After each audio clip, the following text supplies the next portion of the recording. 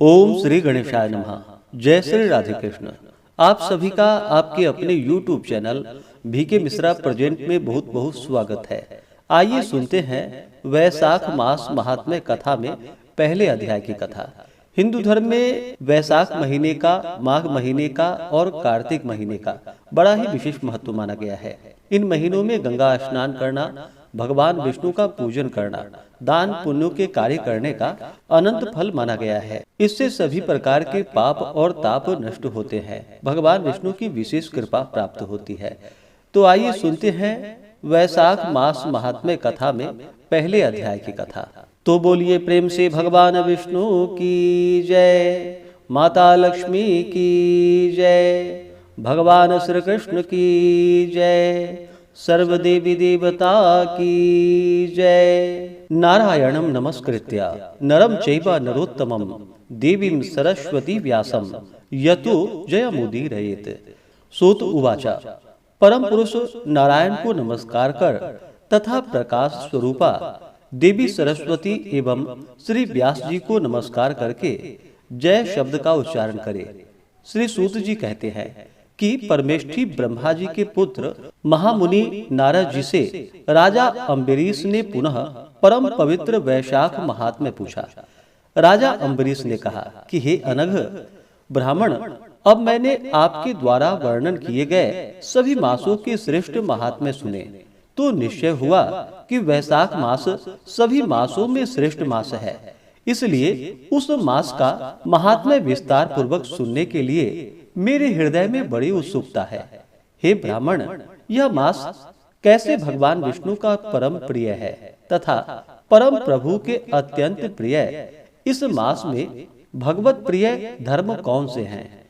उनमें भी करने योग्य कौन से धर्म है जो भगवान विष्णु को अत्यंत प्रिय है? उसमें कौन सा दान करना चाहिए और उसका क्या फल है तथा किस उद्देश्य से उन्हें करना चाहिए, और माधव के आने पर किन किन पूजा द्रव्यों से इन भगवान विष्णु की पूजा करनी चाहिए, यह सब हे नारद जी मुझसे कहिए, क्योंकि मैं श्रद्धा एवं भक्ति से आपसे पूछ रहा हूँ।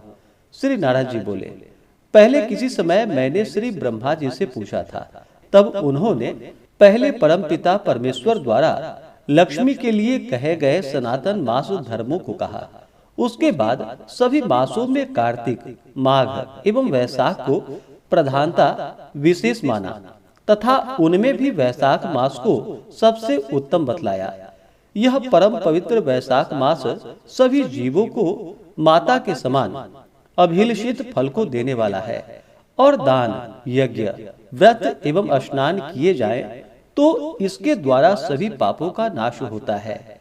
यह वैशाख मास धर्म, क्रिया तथा तप का सार है और देवताओं से पूजित है। विद्याओं में वेद विद्या की भांति एवं मंत्रों में प्रणव सा है।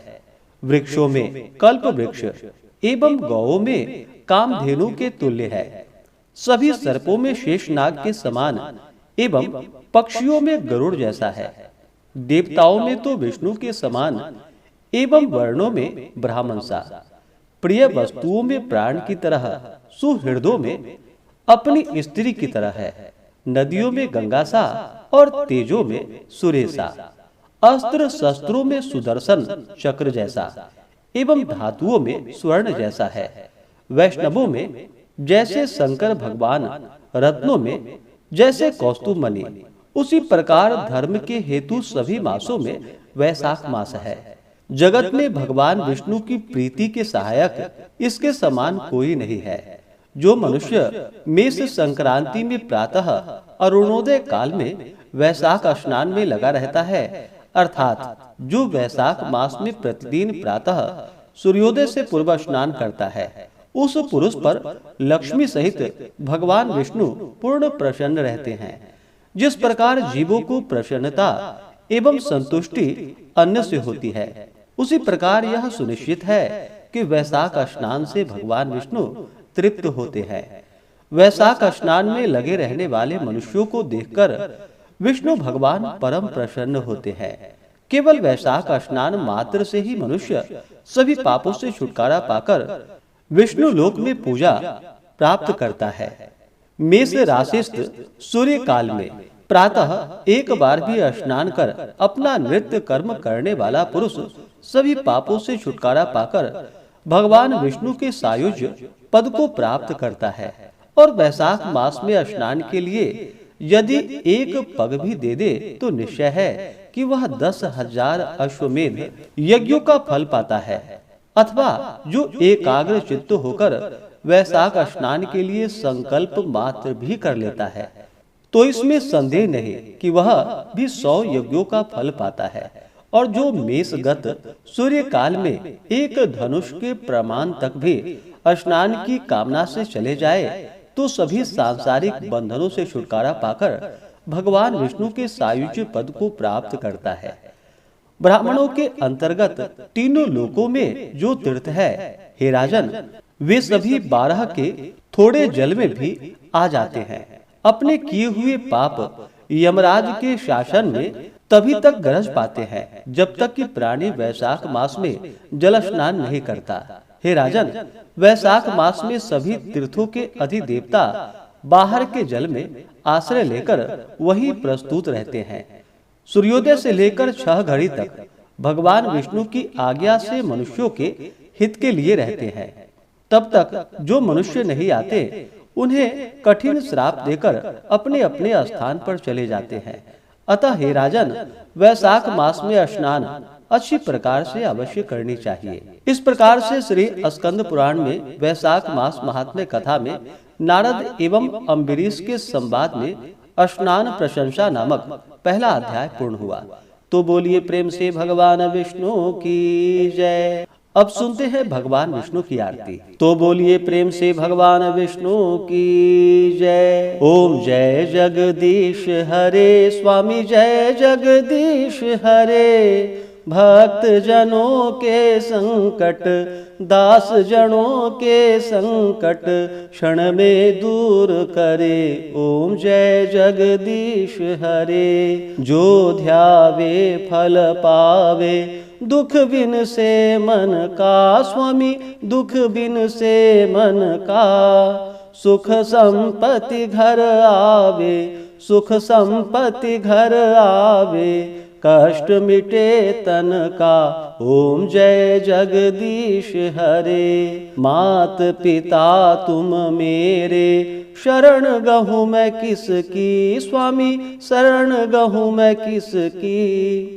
तुम बिन और न दूजा, तुम बिन और न दूजा। आस करूं मैं किसकी। ओम जय जगदीश हरे। तुम पूर्ण परमात्मा, तुम अंतर्यामी स्वामी, तुम अंतर्यामी। पार ब्रह्म परमेश्वर, पार ब्रह्म परमेश्वर। तुम सबके स्वामी। ओम जय जगदीश हरे। तुम करुणा के सागर, तुम पालन करता स्वामी, तुम पालन करता। मैं मूर्ख खल कामी, मैं सेवक तुम स्वामी। कृपा करो भरता। ओम जय जगदीश हरे। तुम हो एक अगोचर, सबके प्राणपति स्वामी, सबके प्राणपति। किस विधि मिलूं दया मैं, किस विधि मिलूं दया मैं। तुमको मैं कुमति। ओम जय जगदीश हरे। दीन बंधु दुख हरता, तुम ठाकुर मेरे स्वामी, तुम ठाकुर मेरे। अपने हाथ बढ़ाओ, करुणा हाथ बढ़ाओ। द्वार पड़ा तेरे। ओम जय जगदीश हरे। विषय विकार मिटाओ, पाप हरो देवा स्वामी, पाप हरो देवा। श्रद्धा भक्ति बढ़ाओ, श्रद्धा भक्ति बढ़ाओ। संतन की सेवा। ओम जय जगदीश हरे। ओम जय जगदीश हरे, स्वामी जय जगदीश हरे। भक्त जनों के संकट, दास जनों के संकट, क्षण में दूर करे। ओम जय जगदीश हरे, ओम जय जगदीश हरे। तो बोलिए प्रेम से भगवान विष्णु की जय, माता लक्ष्मी की जय, भगवान श्री कृष्ण की जय, सर्व देवी देवता की जय। धर्म की जय हो, अधर्म का नाश हो, प्राणियों में सद्भावना हो, विश्व का कल्याण हो, सकल ग्राम समाज की रक्षा हो, गौ माता की रक्षा हो, अपने अपने माता पिता की जय हो, अपने अपने गुरुजनों की जय हो, सर्व देवी देवता की जय हो। नमः पार्वती पतये हर हर महादेव। इसके आगे की कथा जो कि आप अगले अध्याय में श्रवण कर पाएंगे। तो आशा करता हूँ कि यह जानकारी आपको अच्छा लगा हो। इसी प्रकार से ज्ञानवर्धक जानकारियाँ प्राप्त करते रहने के लिए, व्रत पूजा के बारे में जानने के लिए, कथा को सुनने के लिए चैनल पे अगर आप पहली बार आए हैं तो चैनल को लाल बटन दबा करके सब्सक्राइब करें, साथ में बेल आइकन घंटी को दबाएं ताकि आने वाली वीडियो का नोटिफिकेशन आपको समय से मिलता रहे। वीडियो को लाइक करें, शेयर करें। सुखी रहें और स्वस्थ रहें। जय श्री राधे कृष्ण। धन्यवाद।